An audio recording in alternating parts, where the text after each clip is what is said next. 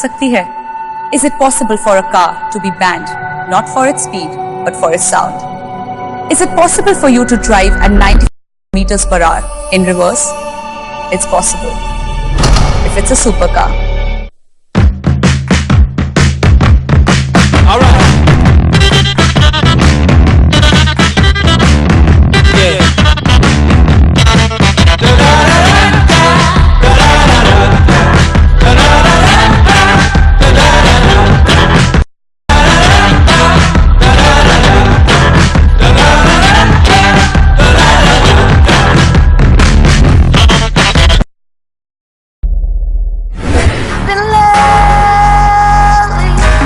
Whether it's a game of need for speed or hot pursuit, it's with none other than Aston Martin 177. Cutting edge technology, handcrafted design, and of course, Mr. Bond's transport of choice. But this may be beyond him too. For starters, दुनिया में इसके सिर्फ 77 models बनाए गए हैं. Price? Well, here's 20 crores in the making.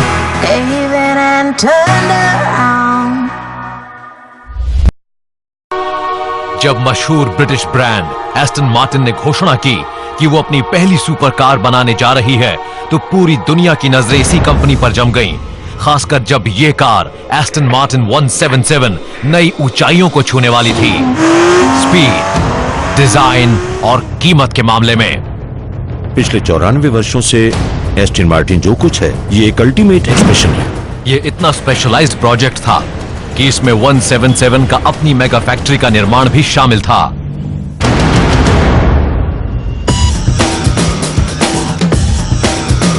लेकिन Aston Martin ये सब कुछ दुनिया भर में फैली 80 साल की सबसे बुरी आर्थिक मंदी के दौर में कर रहा था, और इस संकट के साये ने किसी को नहीं बख्शा था। ये कार बनाने की एक नाटकीय दास्तां है जो वाकई बेजोड़ है।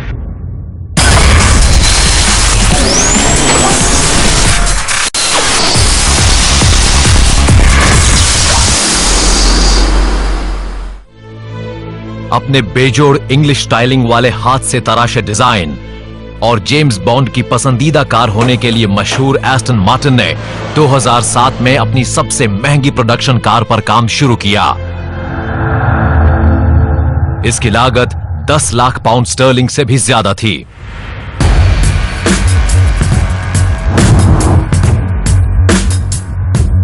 इनका लक्ष्य था अल्टीमेट एस्टन मार्टिन बनाना। इस कंपनी के पूरे इतिहास का यह सबसे जबरदस्त फैसला साबित होने वाला था। मुझे चाहिए एक सबसे दिलकश एस्टन मार्टिन। इसके प्रोडक्शन प्रोसेस को देखने की एक्सक्लूसिव परमिशन के साथ मेगा फैक्ट्रीज ने 3 साल तक एस्टन मार्टिन पर नजर रखी, ये तुलना करने के लिए कि इन्होंने कैसे अपनी हाई परफॉर्मेंस स्पोर्ट्स कार के प्रोडक्शन प्रोसेस को दुनिया की सबसे एक्सक्लूसिव कार्स में से एक के निर्माण के लिए ऊंचाइयों तक पहुंचाया।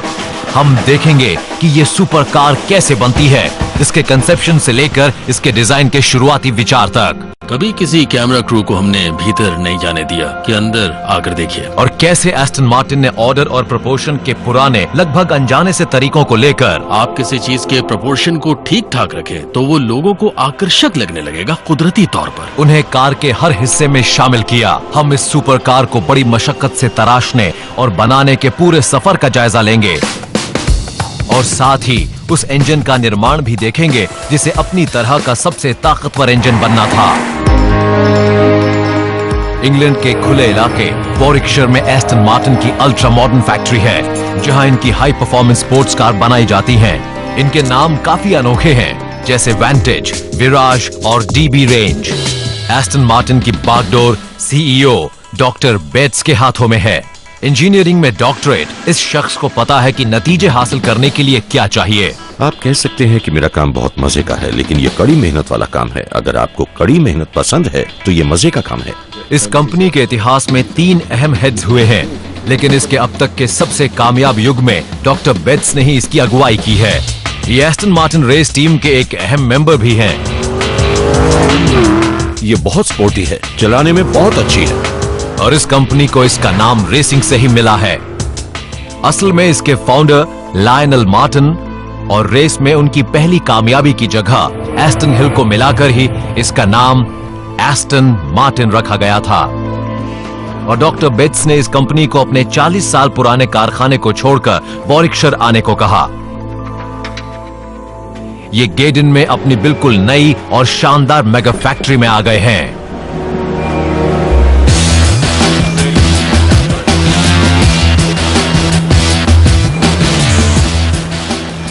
$29,000 वर्ग फुट की इस फैक्ट्री में 1400 लोग काम करते हैं।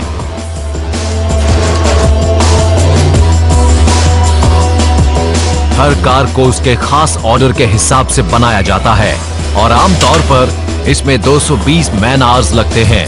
लेकिन डॉक्टर ओल्रिक बेट्स के पास इससे भी बड़े आइडियाज हैं।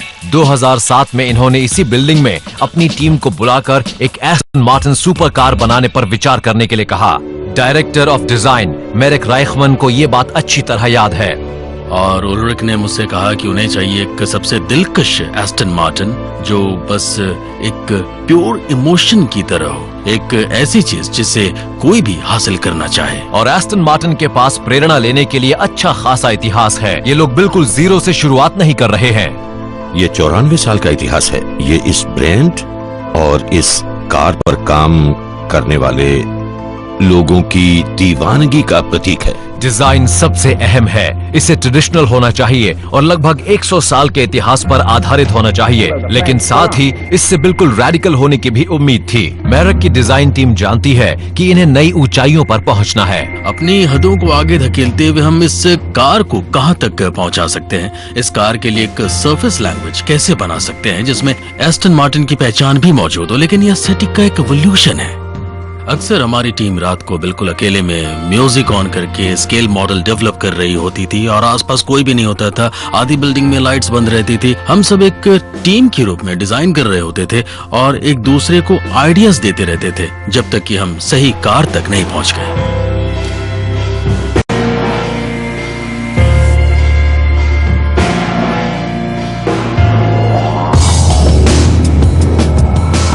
परफॉर्मेंस भी बहुत अहम है, लेकिन अजीब बात है कि डॉक्टर बेट्स टॉप स्पीड जैसी अहम मानी जाने वाली सीमा को स्वीकार नहीं करते हैं। मुझे इस बात की परवाह नहीं कि कार 3 सेकंड से कुछ अधिक वक्त में 0 से 100 पर पहुंच जाए या इसकी मैक्सिमम स्पीड 200 या 205 मील हो। इन आंकड़ों से आगे जो कुछ है मेरे लिए वो ज्यादा अहम है। लेकिन एक जबरदस्त रोक लगा दी गई। इसे बहुत कम तादाद में बनाया जाना था। 100 बड़ा आंकड़ा है। 50 गाड़ियों से बाजार में हम नजर नहीं आते, इसलिए बीच का कोई नंबर तय करना था। हमें 77 बिल्कुल सही लगा। ये साफ था कि अगर हमें साल में सिर्फ 77 गाड़ियां बनानी है तो फिर हम वो काफी कुछ कर सकते हैं जो 3000 या 5000 गाड़ियों के साथ मुमकिन नहीं है। इस तरह हर ओनर को महज 77 कार्स में से एक को हासिल करने का मौका मिलेगा। तो इस तरह इस कार को अपना नाम मिला 177। अल्टीमेट एस्टन मार्टिन के सिर्फ 77 वर्जन्स बनाने के फैसले का मतलब था कि इसके लिए स्पेशलाइज्ड टूलिंग की जरूरत थी। इस कंपनी की हाई परफॉर्मेंस स्पोर्ट्स कार्स की रेंज बनाने में इस्तेमाल होने वाले इनके सटीक असेंबली लाइन प्रोसीजर्स भी इसके लिए काफी नहीं थे। इसे बनाने का काम इतना मुश्किल था कि इसके लिए एक बिल्कुल नई फैसिलिटी बनाने का फैसला किया गया। इसमें स्पेशलाइज्ड इक्विपमेंट और टूल्स का इस्तेमाल होना है ताकि इसे बनाने के हर काम को ज्यादा ऊंचे स्तर तक ले जाया जा सके। कुल मिलाकर डॉक्टर बेट्स ने एक माइक्रो मेगा फैक्ट्री बनाने का ऑर्डर दिया।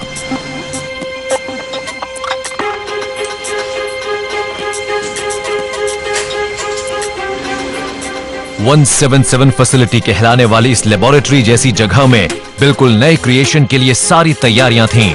ये प्रोसेस इतना स्पेशलाइज्ड था कि डॉक्टर बेट्स ने हिसाब लगाया कि हर कार की कीमत 12 लाख पाउंड होगी। देखिए, 10 लाख पाउंड किसी भी चीज के लिए बहुत बड़ी कीमत है और एक कार के लिए इतनी कीमत चुकाने का अर्थ है कि ये वाकई वर्क ऑफ आर्ट होना चाहिए। अगर एस्टन की बात की जाए तो ऐसी सिर्फ 77 गाड़ियां बनेंगी जो कि लिमिटेड एडिशन प्रिंट जैसा था। 177 सिर्फ एक सुपर कार नहीं है, ये एक नमूना है ऑटोमेटिव आर्ट का। 2007 में आर्ट की दुनिया अपने नए चरम पर पहुंच रही थी। ब्रिटिश आर्टिस्ट डेमियन हर्स्ट 35 साल के एक इंसान की हीरे जड़ी खोपड़ी के लिए 5 करोड़ पाउंड्स मांग रहे थे। वाकई दुनिया के बाजार ऐतिहासिक ऊंचाई पर थे। ये गोल्डन टॉकीज का जमाना था। हर चीज चमकदार लग रही थी, जो चाहता उसके पास नौकरी थी। दुबई दुनिया में सबसे ऊंचा टावर बना रहा था। हर जगह पैसा था, हर जगह उम्मीद थी। दुनिया भर में बिल्डिंग्स नई ऊंचाइयों पर पहुंचने लगी और एस्टन मार्टिन एक नए मेगा मॉडर्न डिजाइन स्टूडियो के निर्माण के साथ ही अपनी डिजाइन क्षमताएं बढ़ाने लगी। 1.5 मीटर मोटी और 4 मीटर ऊंची दीवारों के पीछे मौजूद इस जगह पर एस्टन मार्टिन के सभी मॉडल्स डिजाइन होते हैं और ये यहाँ इंडस्ट्रियल जासूसी के हमेशा मौजूद रहने वाले खतरे से महफूज हैं। कंपनी की पहली अपने बलबूते चलने वाली 2700 वर्ग मीटर की डिजाइन फैसिलिटी में सुरक्षा के कड़े इंतजाम हैं, लेकिन नेशनल जियोग्राफिक पहला ब्रॉडकास्टर है जिसे इसके सीक्रेटिव इनर सैंक्टम में जाने की इजाजत मिली है। हेड ऑफ डिजाइन मेरिक राइखमैन हमें रास्ता दिखा रहे हैं। ये एस्टन मार्टिन डिजाइन स्टूडियो है और एक बहुत ही गोपनीय जगह है जहां हमारे सभी कॉन्सेप्ट और प्रोडक्शन कार्ड्स डेवलप की जाती हैं और कोई भी कैमरा क्रू इससे पहले इस स्टूडियो में नहीं घुसा। चलिए आइए अंदर आइए। Supercars powered by SL Pocket Button में कुदरती रोशनी मिले इसलिए यहाँ 6 मीटर चौड़े शीशे लगे हुए हैं और यहाँ लगी ये अजीब सी लाइट्स असल में हमारे द्वारा यहाँ डेवलप की जा रही क्ले की सरफेस को इन्वेस्टिगेट और एनालाइज करने के लिए, सरफेस डेवलपमेंट के लिए ये अहम है। इस नेचुरल लाइट से डिजाइनर को ये देखने की क्षमता मिलती है कि बॉडी लाइंस 3 डायमेंशंस में कैसी दिखेंगी। शुरुआत से ही सभी डिजाइनर्स जानते हैं कि 177 के डायमेंशंस इसकी कामयाबी में बहुत अहम होंगे और कुल मिलाकर ये लोग एक जानकारी को डिजाइन में जज्ब करने की कोशिश करेंगे। हम जानते हैं एक डिजाइनर और आर्टिस्ट होने के नाते कि आप खूबसूरती को नाप सकते हैं क्योंकि कुछ प्रोपोर्शंस में एक गोल्डन सेक्शन जैसी चीज होती है। लियोनार्डो डा विंची ने कई बार इस बात का जिक्र किया था कि अगर आप किसी चीज के प्रोपोर्शन को नाप जोख कर ठीक रखें तो लोगों को यह कुदरती रूप से आकर्षित करेगा। ईसा पूर्व 500 के समय का गोल्डन सेक्शन एक कॉम्प्लेक्स मैथमेटिकल रेशियो है 1 to 1.618 का। सीधे साधे शब्दों में इसे 2/3 से थोड़े कम के रेशियो में 1/3 के रूप में व्यक्त किया जा सकता है। माना जाता है कि इस रेशियो में एक कुदरती खूबसूरती होती है और ये खूबसूरती शायद हमारे दिमाग में प्राकृतिक रूप से मौजूद है। अगर कोई चीज बिल्कुल सही प्रोपोर्शन में हो अब तो हर किसी को उसे देखते ही लगेगा कि वो चीज उसे अच्छी लग रही है, लेकिन उसकी वजह समझ में नहीं आएगी। ये बात असल में इंसान के दिमाग में कुदरती तौर पर होती है। 177 की डिजाइन टीम बिल्कुल शुरुआत से ही इसी क्लासिक फॉर्मूला से प्रेरणा ले रही है। तो आप जैसे ही व्हील बेस तय करते हैं आप सहज रूप से समझ जाते हैं कि इस कार की ऊंचाई कितनी होनी चाहिए, इसका ओवरहैंग कितना लंबा होना चाहिए, ग्लास और बॉडी के बीच रिश्ता 2/3 के अनुपात में 1/3 होना चाहिए, यानी हर चीज में आप ये रिश्ता देख रहे होंगे। गोल्डन सेक्शन के कई अलग अलग रूप हैं, जैसे गोल्डन स्पाइरल। इसे बड़े से छोटे वर्ग तक विपरीत कोनों से होते हुए कर्व्ड लाइन खींचकर हासिल किया जा सकता है। कहा जाता है कि इसके सभी वेरिएशंस में गोल्डन या डिवाइन प्रोपोर्शंस होते हैं। ये वाकई सही नाम है क्योंकि डिवाइन प्रोपोर्शंस को हम अपने आसपास की ढेर सारी चीजों में देख सकते हैं, जैसे स्नेल शेल्स के शेप से लेकर इंसान के आकार और एंशिएंट बिल्डिंग्स जैसे पार्थेनॉन के डिजाइन तक और गैलेक्सीज की गतिविधियों से आसमान में बनने वाले पैटर्न्स तक। ये सदियों से मैथमेटिशियंस और आर्टिस्ट्स को मंत्रमुग्ध करता रहा है। गोल्डन सेक्शन से प्रेरित अपने स्केचेस के साथ डिजाइनर्स ने इन 2D कॉन्सेप्ट्स को एक एक करके डिजाइन स्टूडियो में क्ले मॉडल्स के साथ काम करते हुए 3 डायमेंशनल हकीकत में तब्दील कर दिया। ये एक बहुत ही इंपॉर्टेंट बात है कि एस्टन मार्टिन में डेवलप और डिजाइन के काम में हम हाथों का इस्तेमाल करते हैं। एक बहुत हुनरमंद क्ले मॉडलर आपके स्केचेस को देखकर बहुत जल्दी हूबहू सरफेसेस, शेप्स और फॉर्म्स बना सकता है। डिजाइनर के दिमाग में 2D इमेज होती है, लेकिन अक्सर वो उसे सीधे आकार नहीं दे पाते और इसके लिए आपको एक स्कल्प्टर की जरूरत होती है जो ये समझता हो कि हाँ ये काम ऐसे करते हैं और सरफेस पर लाइट इस तरह से बदलेगी। ये सीधा साधा नायाब तरीका उन शेप्स की तुलना करने और उनमें फर्क समझने में मदद करता है जो ये बनाना चाहते हैं। हम क्ले मॉडल्स का इस्तेमाल आइडियाज को मैक्सिमाइज करने के लिए करते हैं। तो हम आमतौर पर एक क्ले मॉडल को लेकर उसे बीच से 2 हिस्सों में बांट देते हैं और एक तरफ एक थीम डालते हैं और दूसरी तरफ दूसरी थीम डालते हैं। आप उन्हें देखकर तय कर सकते हैं कि 177 पर इस लाइन की जगह से बेहतर ये लाइन लगेगी। और दूसरी तरफ एक और लाइन हो सकती है जो इस तरफ से बेहतर होगी। इसलिए आप इन मॉडल्स का इस्तेमाल डिजाइन को और आगे बढ़ाने और विकसित करने के लिए करते हैं। 40% की स्केल पर विभिन्न मॉडल्स तब तक बनाए जाते हैं जब तक डिजाइन इतना एडवांस ना लगे कि उसका पूरे आकार का मॉडल बनाया जाए। तो अब आप कार के इस पूरे आकार को देख रहे हैं। इस समय ये बस एक स्कल्पचर है और इसके अलावा ये कुछ भी नहीं है। क्ले को तराशने के बाद इस पर एक खास मटेरियल डायनॉक लगाया जाता है। जब हम क्ले को तराशते हैं तो ये बहुत ही डल मटेरियल होता है, इसमें चमक नहीं होती, इसलिए हम कार को बिल्कुल धातु जैसा दिखाने के लिए इसकी सतह पर डायनॉक लगाते हैं और इससे हम अच्छी तरह से समझ पाते हैं लाइट लाइन, सरफेस और दूसरी तमाम चीजों को।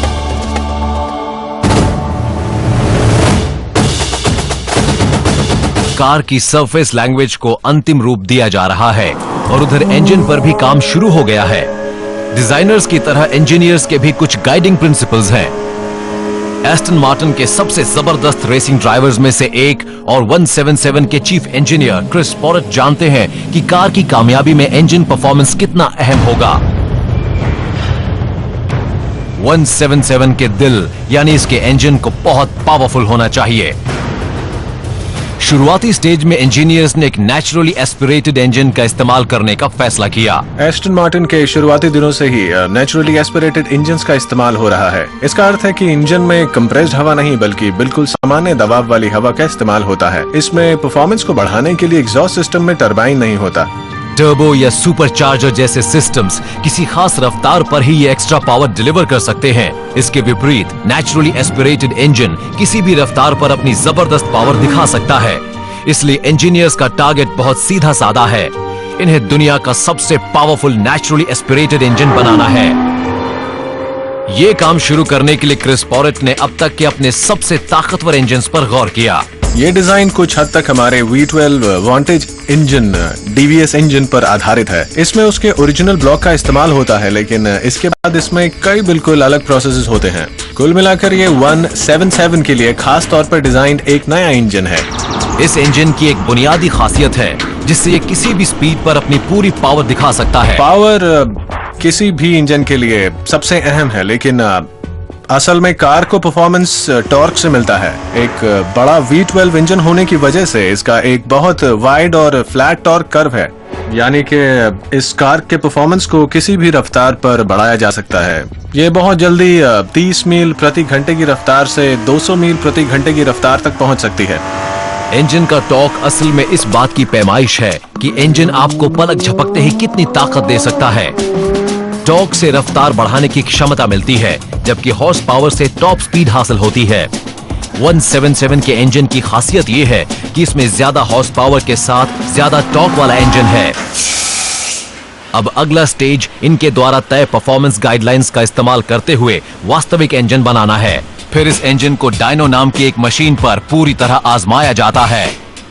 Director of product development Ian Maynards इस प्रोसेस को समझाते हैं।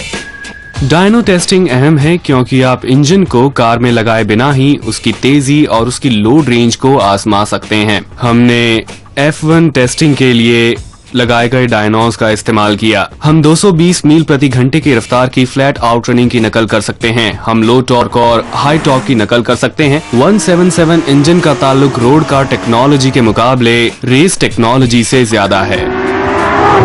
कार के बाकी हिस्सों की ही तरह सभी 77 इंजन्स हाथों से ही तैयार किए जाने वाले हैं, जिससे हर एक अपने आप में अनोखा बनने वाला है।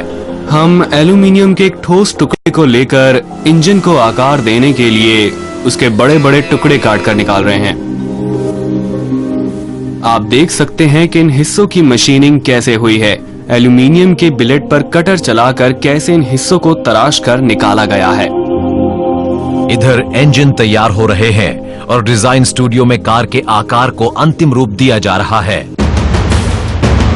डिजाइनर्स के लिए इस बॉडी फॉर्म को ज्यादा से ज्यादा नेचुरल और एलिगेंट रखना सबसे ज्यादा अहमियत रखता है। प्रोडक्ट के डिजाइन के मामले में हम नई ऊंचाइयों पर जा रहे हैं, क्योंकि हमने उन चीजों को काफी सीमित कर दिया है, कार की कट लाइंस और शट लाइंस की तादाद को। 177 को देखने पर आपको कोई बम्पर लाइन नजर नहीं आएगी। कार का पूरा अगला हिस्सा एक शेप और एक फॉर्म जैसा दिखता है। मेरी पसंदीदा लाइन असल में हेडलैम्प के ऊपर से आने वाली लाइन है। ये कार के बगल में पीछे तक गई है और ये वहां से घूमकर दूसरी तरफ की लाइन से मिल गई है। ये अकेली लाइन है जो सीधी सादी होते हुए भी काफी कॉम्प्लेक्स है और मेरे लिए ये वाकई एक उपलब्धि है क्योंकि इसे बनाना वाकई बहुत मुश्किल है। बॉडी को परफेक्ट बना दिया गया है और जानकारी के लिए उत्सुक जनता बेचैन हो रही है। अब डिजाइनर्स के पास कार की full size exterior only plastic resin body तैयार है, लेकिन 10 लाख पाउंड की कार की ये प्लास्टिक की नकल लोगों की बेचैनी कैसे शांत कर सकती थी? सितंबर 2008 एस्टन मार्टिन ने तय किया कि अब कुछ क्लासिक ब्रिटिश टेलरिंग की जरूरत है। मटेरियल से खूबसूरत चीजें बनाने वाली जगह की कल्पना करते ही आपको सेवल रो का ध्यान आता है और ये हमारे ब्रांड के भी लायक था, इसलिए हमने अपनी कार के लिए सेवल रो सूट बनवाया। इधर कार की सूट फिटिंग हो रही है और उधर दुनिया भर की गतिविधियों से लग रहा था कि बाजारों में तेजी का बुलबुला आखिरकार फूट गया था। इसे दूसरे लोगों को भी उत्साहित करना चाहिए ताकि वो सिर्फ नकारात्मक सोच न रखें और सिर्फ मंदी की बातों में ही ना डूबे रहें। उत्साह और आत्मविश्वास कायम रखते हुए एस्टन मार्टिन ने अपनी पेरिस प्रेस रिलीज जारी कर दी। पेरिस एक बहुत ही खूबसूरत जगह है और ये पूरी दुनिया के स्टाइल कैपिटल्स में से एक है। मोटर शो के वक्त प्रेस डे में होना वाकई सबसे अच्छा होता है। जहां तक मुझे लगता है कि मोटर शोज में काफी उम्मीदें रहती हैं कि इस शो का बिग स्टार कौन होगा। पोटेंशियल कस्टमर्स को दिखाने के लिए कार वहां मौजूद थी, वैसे लोगों को जो इन्वेस्ट करने को तैयार थे उस प्रोडक्ट में जो अभी एग्जिस्ट भी नहीं करती थी। हम दिखा रहे थे कि ये बहुत खास और बहुत एक्सक्लूसिव है। ये बिल्कुल एस्टन मार्टिन ही है, लेकिन ये आज तक का अल्टीमेट एस्टन मार्टिन है। 177 को देखकर मुझे लगा कि उन्हें इस पर बहुत भरोसा था। उन्होंने प्रेस को नाराज करके अपने आत्मविश्वास का प्रदर्शन किया। पेरिस में सेविल रो सूट वाला स्टंट वाकई बहुत उकसाने वाला था। इस बात की मिसाल थी कि कार कंपनी आपको बहुत थोड़ी सी जानकारी देकर आपकी भूख बढ़ा रही थी। पेरिस शो काफी दिलचस्प था क्योंकि एस्टन ने वहां 177 को लोगों के सामने पेश करने का फैसला किया था। जब हम शो स्टैंड पर पहुंचे तो वहां कार एक कपड़े से ढकी हुई थी, यानी उसके सामने का सिर्फ 3/4 हिस्सा नजर आ रहा था। सबसे बड़ी दिक्कत ये थी कि लोग उसे उठाने की कोशिश कर रहे थे। अर्थव्यवस्था की दिक्कतों के बावजूद सब उत्साहित थे कि एस्टन मार्टिन ऐसी कार बना रही थी। वो लोग शॉक थे। वाह, हमने ये पहले कभी नहीं सुना और एस्टन मार्टिन ने ये पहले कभी नहीं किया। लोग उसे देखने को बेताब थे। और पेरिस शो में एक और बात ये थी कि आप इसका ये कमाल का आकार देख रहे थे। मुझे याद है कि मैंने मैरक से बात करते हुए पूछा था कि क्या ये राइट हाइट है, ये इतनी ही होगी? तो उन्होंने कहा कि हाँ, ये इतनी ही होगी। अब प्रेस कॉन्सेप्ट कार को देख चुकी थी और आर्थिक संकट के बावजूद 177 ग्राहकों को आकर्षित करने लगी थी। और उस समय हमें ऑर्डर्स मिलने लगे थे। उस समय लोग डिपॉजिट्स करने लगे थे। ये कोई 5,000 की रकम नहीं थी। 177 के लिए डिपॉजिट भी उस समय में 2 लाख पाउंड्स के थे, जो कि वापस नहीं मिलते। मुझे ऐसा लग रहा था जैसे कि और डॉक्टर बेस्ट को भी ऐसा लग रहा था कि हाँ, लोग हम पर भरोसा कर रहे हैं और ये वाकई अहम बात थी। शुरुआती ऑर्डर्स के साथ एक अतिरिक्त अनुरोध भी आया। सभी शुरुआती कस्टमर्स ने अपने चेसिस के लिए कोई बेहद खास नंबर चुन रखा था। सबसे पहले 7, 77, 1 और नंबर 21 ले लिए गए, लेकिन इसके बाद लोग अपनी जिंदगी से जुड़े नंबर्स के अनुरोध करने लगे। आमतौर पर कुछ लोग अपने बर्थडे वाला नंबर चाहते हैं। दुनिया के अलग अलग हिस्सों में अलग अलग नंबर्स का अपना महत्व है। मसलन चीन में 8 नंबर बहुत मायने रखता है। ज्यादातर लोगों का अनुरोध मान लिया गया और कई लोगों को अपनी गाड़ी के लिए बहुत स्पेशल नंबर मिल गया। ऑर्डर बुक्स भरने लगी और अब डॉक्टर बेट्स की खास तौर पर बनाई गई माइक्रो मेगा फैक्ट्री में 177 का प्रोडक्शन शुरू हो गया। हम 177 की हर चीज को यहीं असेंबल करते हैं। ये हमारी बड़ी फैक्ट्री का छोटा रूप है। बड़ी फैक्ट्री में एक मूविंग प्रोडक्शन लाइन है। यहाँ हर कार को एक इंडिविजुअल स्टेशन पर बनाते हैं, यानी बनाने के दौरान कार एक ही जगह खड़ी रहती है। शुरुआत से ही 177 दूसरी एस्टन मार्टिन से काफी अलग है। हर किसी की शुरुआत एक हल्के एल्यूमिनियम टब से होती है, लेकिन 177 के टब यानी मोनोकॉक का और भी हल्का होना जरूरी है। हम कार्बन फाइबर मोनोकॉक से शुरुआत करते हैं, जिसे फॉर्मूला 1 टेक्नोलॉजी के जरिए हाथों से लगाया जाता है।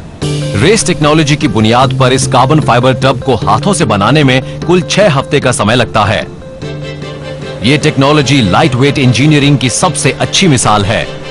कार्बन फाइबर वीव बहुत हल्का होने के साथ बहुत मजबूत भी होता है।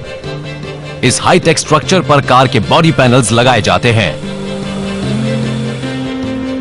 177 वाकई कितनी अनोखी है, इसे समझने के लिए असेंबली प्रोसेस के अगले चरण की तुलना एस्टन मार्टिन की हाई परफॉर्मेंस स्पोर्ट्स कार जैसे वैंटेज, विराज और डीबी रेंज के असेंबली प्रोसेस से कर सकते हैं।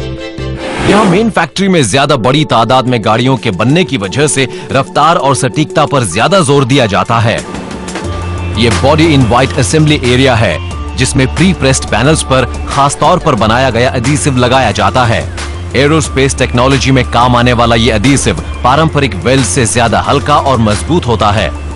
प्रोडक्शन की रफ्तार बनाए रखने के लिए इस फैक्ट्री में एक रोबोट का इस्तेमाल होता है जिसे प्यार से जेम्स बॉन्डा कहते हैं। ये बड़ी तेजी से जरूरत भर एडहेसिव लगा देता है।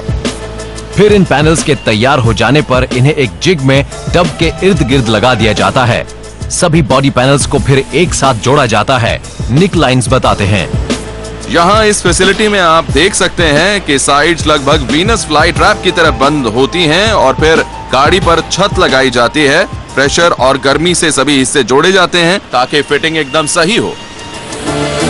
ये कमाल का तरीका बहुत सटीक भी है, लेकिन 177 का प्रोसेस बहुत अलग है। 177 ज्यादा से ज्यादा हाथों से तराश कर बनाई जाए और इसके लिए इन्होंने अपने इतिहास की मदद ली। 177 ऑस्टन मार्टिन की विरासत की सभी अच्छी चीजों का प्रतिनिधित्व करता है क्योंकि इसमें पारंपरिक कारीगरी के साथ सुपर मॉडर्न टेक्नोलॉजी का मेल है।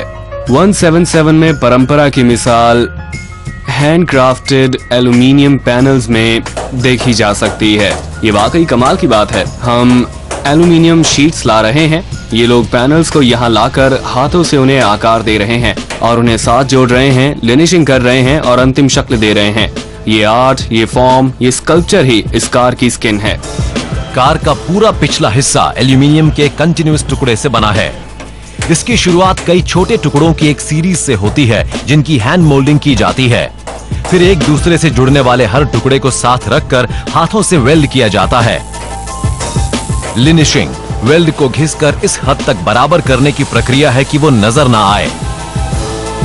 कार के हर सेक्शन को हाथों से तैयार किया जाता है। हम लोग वाकई क्राफ्ट्समैनशिप को नई ऊंचाइयों पर पहुंचा रहे थे। ये लोग एल्यूमिनियम की फ्लैट शीट से ये खूबसूरत फॉर्म्स और शेप्स बना रहे हैं। आप जब उन्हें देखते हैं तो सोचने लगते हैं कि कैसे कोई मेटल से ऐसे आकार बना सकता है। ये तरीका उस जमाने का है जब सारी एस्टन मार्टिन्स का बॉडी वर्क ऐसे ही होता था। इस पारंपरिक कारीगरी को रेसिंग कार्स में इस्तेमाल होने वाले बहुत आधुनिक कार्बन फाइबर टब के साथ जोड़ना 177 की फिलॉसफी की खासियत है। नई और मॉडर्न टेक्नोलॉजीज को इंजीनियरिंग के पुराने तरीकों के साथ मिलाकर इस्तेमाल करके इस कार को एक बहुत ही अलग फ्लेवर मिलता है। हमारी समझ में सुपर कार ऐसी ही होनी चाहिए। असल में अपने पूरे इतिहास में एस्टन मार्टिन के सबसे कामयाब वर्ष एक एक्टिव रेसिंग प्रोग्राम से जुड़े रहे हैं। आज 177 के चीफ इंजीनियर क्रिस पॉलेट के साथ डॉक्टर बेट्स कई रेसेस में शामिल होते हैं जिनमें नर्बुरग्रिंग की मशहूर 24 घंटे की एंड्योरेंस रेस भी शामिल है। कंपनी के बॉस अब भी अपनी कार्स को रेस में उतार रहे हैं। इससे कंपनी के बारे में काफी कुछ पता चलता है। इनकी सबसे अहम जीतों में से एक थी 1959 की ले मans रेस। ये कंपनी के इतिहास का एक अहम बिंदु था जब इन्होंने एक बेहतरीन ब्रिटिश ब्रांड के रूप में अपनी पहचान स्थापित की थी। डेविड ब्राउन ने अपने भरोसे और उन लोगों की कोशिशों का नतीजा हासिल किया जिन्होंने विजेता एस्टन मार्टिन को बनाया और ड्राइव किया। इसलिए जब काल्पनिक British secret agent James bond को एक कार की जरूरत पड़ी तो एस्टन मार्टिन को ही चुना गया। आज भी एस्टन मार्टिन का रेसिंग नंबर 007 है जो जेम्स बॉन्ड के साथ 50 साल से भी पुराने रिश्ते की यादगार है। आज की तरह 1950 और 60 के दशक में रेस ट्रैक से हासिल जानकारी को कार डेवलपमेंट में शुमार किया गया जिससे इन्हें अपनी गाड़ियों को खास आकार देने में मदद मिली। इनके वेंट साइड में है। ये वाकई मोटर स्पोर्ट से लिया गया है क्योंकि रेसिंग कार को बोनट के भीतर काफी कूलिंग की जरूरत पड़ती है, इसलिए फ्रंट विंग्स के किनारे वेंट्स होते हैं ताकि रेडिएटर से भीतर जाने वाली हवा को निकलने की कोई जगह मिल सके। लेकिन प्रोडक्शन मॉडल्स कभी भी पूरी तरह रेस कार्स नहीं थीं। ये ग्रैंड टूरर्स थीं जिन्हें ऑटोमोटिव ट्रेड में जीटीज कहा जाता था। ये सड़कों पर इस्तेमाल होने वाली स्पोर्ट्स कार थीं। रेस कार का मकसद सिर्फ रेस जीतना होता है। रेस कार्स को कई तरह के काम करने होते हैं, इसलिए परफॉर्मेंस में कुछ समानताएं होने के बावजूद इसमें काफी फर्क होता है। इसे आरामदेह होना चाहिए, इसमें बैठकर अच्छा लगना चाहिए और इसमें मजा आना चाहिए। 177 को इस आकर्षक इतिहास का हिस्सा बनने की जरूरत है। तो कंपनी चलाने वालों की हैसियत में हमें अपनी विरासत पर ये काम करना था और साथ ही भविष्य की दिशा तय करनी थी। पिछले 94 वर्षों से एस्टन मार्टिन जो कुछ है, ये उसका अल्टीमेट एक्सप्रेशन है। इस जानकारी के आधार पर काम करने के लिए बहुत सख्त स्टैंडर्ड्स की जरूरत है। हर पैनल हाथ से बनाया गया है और हर कार अनोखी है, इसलिए इसे ध्यान में रखते हुए ये जरूरी है कि इसके किसी भी हिस्से की अलाइनमेंट 1 मिलीमीटर से ज्यादा इधर उधर ना हो।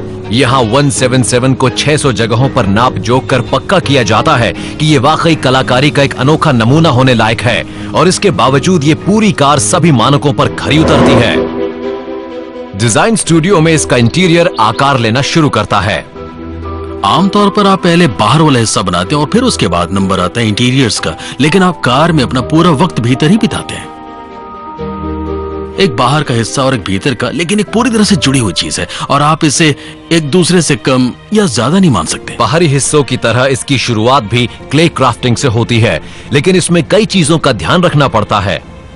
मुझे इंटीरियर्स बना रहे कमाल के इंटीरियर डिजाइनर्स को देखना बहुत ही अच्छा लगता है। ये वाकई कमाल का एक्सपीरियंस होता है। इसमें कई सारी कॉम्प्लेक्स चीजें होती हैं, ergonomics, touch feel, distances, leather की नरमी, गंध, टैक्टिलिटी, ड्राइवर इंफॉर्मेशन, हर चीज का ख्याल रखा जाता है, इसलिए ये डिजाइन का बहुत ही जटिल हिस्सा है। सही डिजाइन लाइन तय करना बहुत जरूरी है और फ्लो और पावर को जोड़ना बहुत अहमियत रखता है।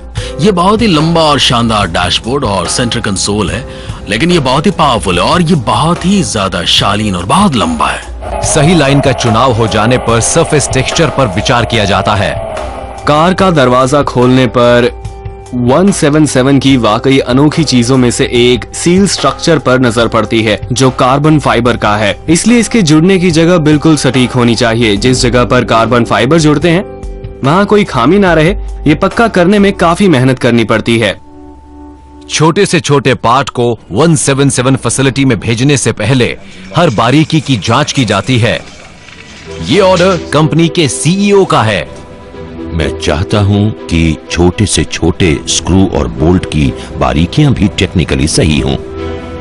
मुझे लगता है कि कार्बन स्ट्रक्चर में 120 से ज्यादा इंसर्ट्स हैं। इन्हें इनके खास आकार के हिसाब से बनाया जाता है। इनका वजन कम करने के लिए इन्हें ड्रिल किया जाता है और ये इतने कमाल होते हैं कि कार के असेंबल होने पर नजर नहीं आते। सभी कार्स में 2 तरह के सरफेस होते हैं, एक जिन्हें आप देख सकते हैं और दूसरे जिन्हें आप नहीं देख सकते, यानी A और B सर्फेसेस। आमतौर पर नजरों से छिपे रहने वाले B सर्फेसेस की फिनिश की क्वालिटी और मटेरियल्स हल्के दर्जे के होते हैं, लेकिन इस कार में ऐसा बिल्कुल नहीं है। हम लोगों की चर्चा हुई थी कार के हर पहलू पर और सिर्फ 2 दिन पहले एग्जॉस्ट सिस्टम के रीरूट पार्ट का एक रिक्वेस्ट आया। किसी ने कहा कि वो तो कार के नीचे की चीज है। मैंने कहा कि जरा रुको, हमारी पूरी टीम इस बात पर सहमत हुई थी कि कोई भी नीचे का हिस्सा इस कार में नहीं है, सबके सब ए सरफेस है। टीम ने तुरंत खुद को सुधारा कि यस, आप सही कह रहे हैं, हमें इस पर फिर से सोचना चाहिए। ये एक बहुत टाइट टीम है और हर कोई कार के हर हिस्से, हर सिस्टम के लिए सबसे अच्छा उपाय हासिल करने के लिए एक दूसरे पर जोर डालता रहता है। तो इसलिए हमेशा खींचातानी और तनाव का माहौल रहता है, लेकिन आखिरकार इस तरह से साथ मिलकर काम करने से सबसे बढ़िया चीज तैयार होती है। इस टीम ने एक मत से फैसला किया कि हर सरफेस ए सरफेस होगा। हर चीज ए सरफेस है, सब कुछ खूबसूरत लगना चाहिए, चाहे वो हुड के नीचे हो या डैशबोर्ड के पीछे या बूट में। इसलिए हर चीज अच्छी लगनी चाहिए और ये इंजीनियर्स के लिए फख्र की बात है। इंजीनियर्स का ये फख्र इंजन बे में गोल्ड फॉइल से भी जुड़ा है, जो हीट मैनेजमेंट में मदद करता है। लेकिन क्रिस पॉरेट बताते हैं कि कार को खोले बिना आप इसे नहीं देख सकते। यहाँ हम कार के पिछले हिस्से के नीचे का नजारा देख सकते हैं। आमतौर पर डिफ्यूजर से ढका रहने वाला हिस्सा एग्जॉस्ट सिस्टम का स्ट्रक्चर है और इसमें एग्जॉस्ट के लिए जरूरी हीट शील्ड मटेरियल भी है। हम गोल्ड फाइल की मदद से कार के पिछले हिस्से की हिफाजत करते हैं। ये फाइल कार्बन स्ट्रक्चर को बचाते हैं।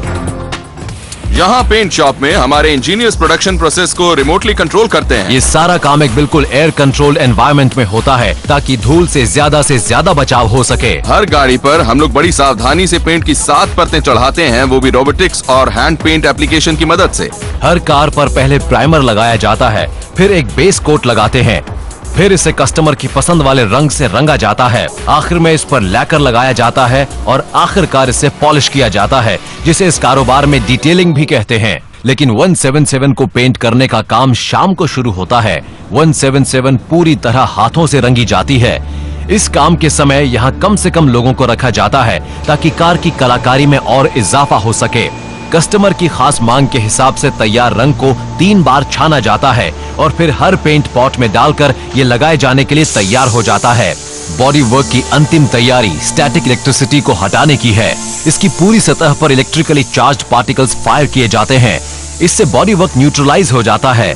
इस अहम चरण से बॉडी सेल किसी मैग्नेट की तरह पॉजिटिव चार्ज वाले पेंट के कणों को आकर्षित करने लगता है। अब ऑटोमोटिव आर्टिस्ट अपने मास्टरपीस पर काम शुरू कर सकते हैं।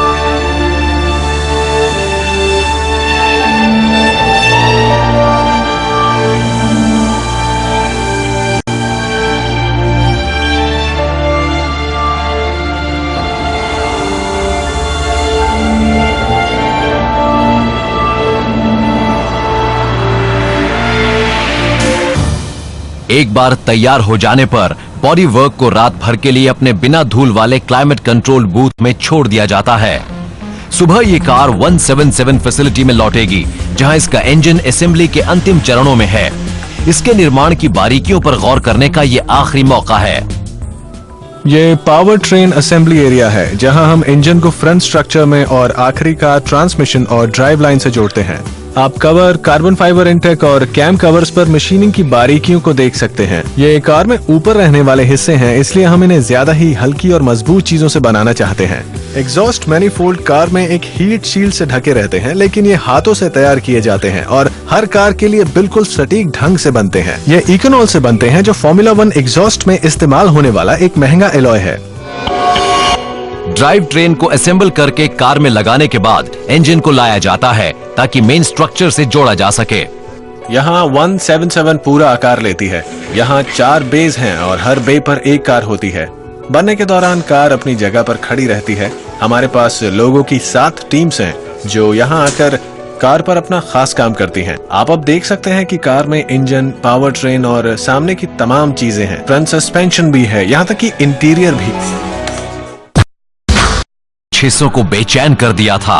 जब हमने पेरिस मोटर शो में कार को देखा था तो इससे कार के बारे में ज्यादा कुछ पता नहीं चला था। कई लोग इस बात से थोड़े हताश थे कि उन्हें कार के स्किन के भीतर देखने का मौका नहीं मिला था। मुझे लगता है कि ये टीच कुछ जरूरत से ज्यादा था। लोग उसी वक्त उसके बारे में जानना चाहते थे। इसे जिनीवा में पूरी तरह उजागर करने का लक्ष्य रखा गया। जिनेवा में दुनिया का सबसे अहम मोटर शो होता है, जहां पूरी दुनिया की ऑटोमोटिव प्रेस होती है। ये एक महत्वपूर्ण नई कार पेश करने के लिए बिल्कुल सही जगह है। और एस्टन मार्टिन को पता था कि उन्हें संदेह करने वालों का सामना करना पड़ेगा। ये डरावना नहीं था, लेकिन थोड़ा मुश्किल काम था, क्योंकि हम सब कुछ सार्वजनिक करने वाले थे। ये बिना कपड़ों के सबके बीच जाकर खुद को दिखाने जैसा था। कार मैन्युफैक्चरर्स ऐसे गड़बड़ कॉन्सेप्ट्स बनाने के लिए मशहूर हैं, जो कभी हकीकत नहीं बन पाते। और कई लोग ये कहने लगे थे कि शायद 177 कभी हकीकत नहीं बन पाए। बाजार के हालात बिगड़ने लगे थे। बाजार की हालत और खराब हो रही थी और 177 के प्रोडक्शन सेंटर में इसे महसूस किया जा रहा था। देखिए, आर्थिक रूप से मुश्किल समय था और इकोनॉमी भी हिली हुई थी। हम सब में एक पैशन था और ये भरोसा था कि एक तो ये सही काम है और दूसरा कि हम इसे कर सकते हैं। हमें इसके साथ बढ़ते जाना था और अगर हमारा भरोसा डगमगाता तो दरारें पैदा होने लगती और काफी मुश्किल होती। और ब्रिटेन के दिवालिया बैंक से कार प्रोड्यूसर्स पर बहुत नुकसानदेह असर पड़ रहा था। किसी भी कार कंपनी या किसी और कंपनी को अंदाजा नहीं था कि ऐसा संकट भी आ सकता है। 2000 से ज्यादा नौकरियां चली गईं, 6000 लोग बेकार हो गए। कार कंपनीज के साथ दिक्कत यह है कि मांग में बहुत ज्यादा स्ट्रेन नहीं झेल सकते हैं। कल्पना कीजिए कि आपके अहाते में बनाई गई सैकड़ों हजारों कार्स खड़ी हो जाएं, जिनको कि आप बेच नहीं सकते। वो बुरा दौर था, खास तौर पर लग्जरी कार निर्माताओं के लिए। हालात और बिगड़ने के आसार थे और 177 पर खतरा मंडराने लगा था, लेकिन एस्टन मार्टिन ने इसे रोकने के बजाय दुनिया के सामने पेश करने का फैसला किया। एस्टन मार्टिन के काम में जिनेवा एक अहम मोड़ था। अब अचानक सब कुछ वास्तविक हो गया था। हमने जिनेवा में दिखाने का फैसला किया था खुली चैसी और एक एक्सटीरियर को जो एक दूसरे से बिल्कुल अलग हो। तो वहां पर एक चैसी थी, एक इंजन ड्राइव ट्रेन के पास कार्बन फाइबर टब वाली, और एक तरफ एक अलग बॉडी रखी थी। और ये पहली बार था जब लोग इस कार की तमाम चीजों को देख रहे थे।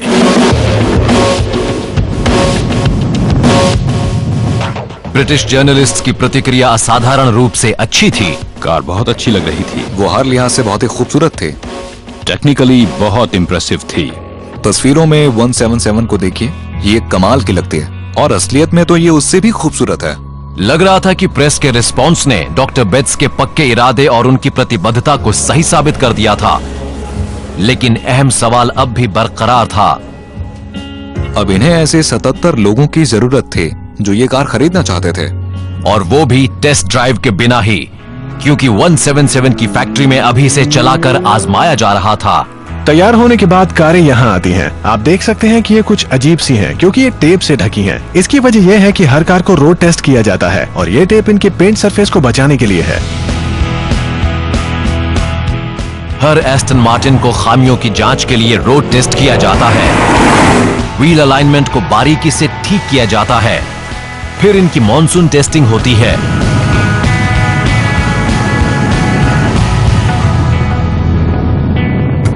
हर एस्टन मार्टिन का फाइनल इंस्पेक्शन या ऑडिट किया जाता है। ये फाइनल ऑडिट प्रोसेस है। इसके 3 ऑडिट्स होते हैं। इसमें बारीकी से देखते हैं कि ग्राहक के लिए कार बिल्कुल बेदाग है या नहीं। एक बार पास हो जाने पर इस पर अप्रूवल की 2 अहम सील्स लगाई जाती हैं। पहला इंस्पेक्टर का पर्सनल अप्रूवल होता है, जो प्लेट की शक्ल में इंजन के ऊपर लगा होता है। मैं नहीं जानता कि कुल कितनी गाड़ियां होंगी, लेकिन एस्टन मार्टिन में मेरा नाम मौजूद है। और फिर विंग्स लगाकर इसे पूरा कर दिया जाता है। 177 के लिए अभी एक और स्टेप है। हमारा एक प्रेजेंटेशन स्वीट है, इसलिए प्लान ये है कि जब कस्टमर आएगा तो उसे वहां पर बिठाया जाएगा और कार बंद दरवाजे के पीछे होगी। हमारे पास बहुत जबरदस्त लाइटिंग रिंग है और दरवाजा खुलते ही कस्टमर का सफर खत्म हो जाएगा कार के प्रेजेंटेशन के साथ ही।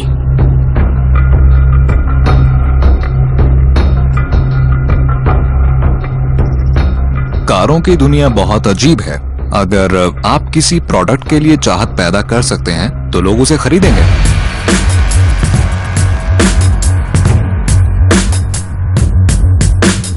और फाइनली जब लोगों को इस कार को महसूस करने, देखने और इसकी बारीकियों पर गौर करने का मौका मिलता है, तब पता चलता है इस कार की हर बारीकी इसी के लिए डिजाइन की गई है।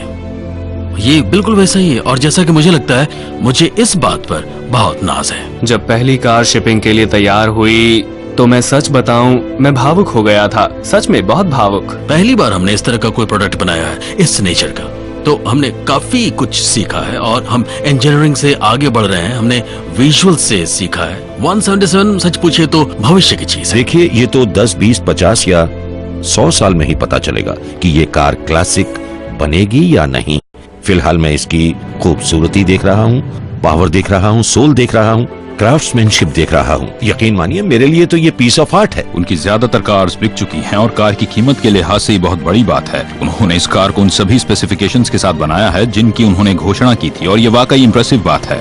बाजार में आने के 1 साल बाद 60 से ज्यादा 177 बिक गईं और अंतिम कार के बिकते ही इसे बनाने वाली फैक्ट्री डीकमीशन कर दी जाएगी और महज 70 किलोमीटर दूर एस्टन क्लिंटन में 177 उसी रोड पर दौड़ रही है जिस पर 1 सदी पहले लायनल मार्टिन ने जीत दर्ज की थी। ये इस बात की याद दिलाती है कि अंतिम फैसला वक्त के हाथों में ही है। Seduction is an art, they say, and after what you just saw, I think it comes naturally to a supercar, the act of pure surrender. पर कल अपना दिल संभाल के रखिए. For what's driving up, it's what you're losing your heart to. Don't say I didn't warn you.